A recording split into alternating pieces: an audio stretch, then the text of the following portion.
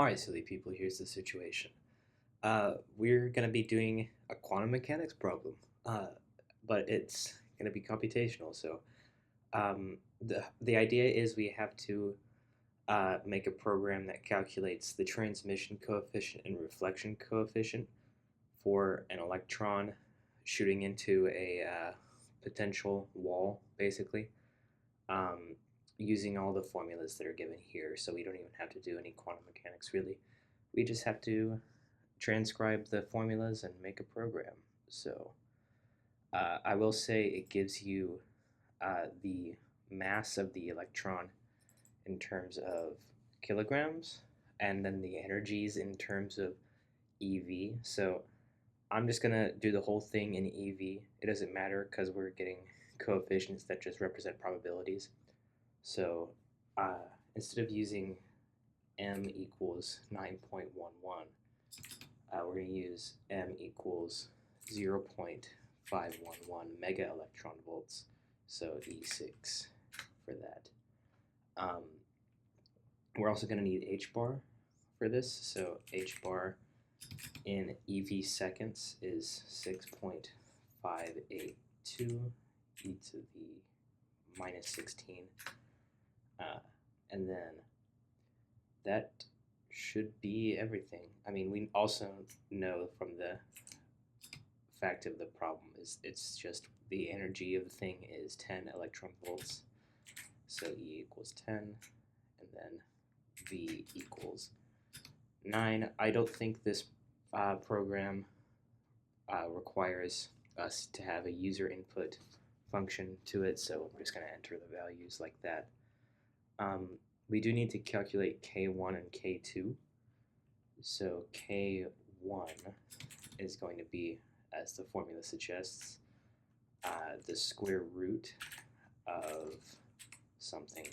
So raised to the power of 1/2, 2 times m times e, and then divided by h bar, right? And then K2 is going to be the square root again. So let's do another thing. Raise it to the power of 1/2. It's the square root of 2 times m times e minus v, and that should work. And then divided by h bar. Finally, we need to calculate t and r from this. So t is going to be something divided by something else. So it's going to be 4 times K1 times K2 up top, and then on the bottom it's going to be K1 plus K2 all squared. So that's t, and then r is going to be something squared, so to the power of 2, and then it's going to be K1 minus K2 divided by K1 plus K2. Okay, and then with all of that, yeah, that should be fine. Yeah, with all of that, we'll just print out, if I could actually type, holy moly, print transmission coefficient t equals, and then print out the value for t, and then semicolon reflection coefficient r equals, and then print out r. Let's give it a run.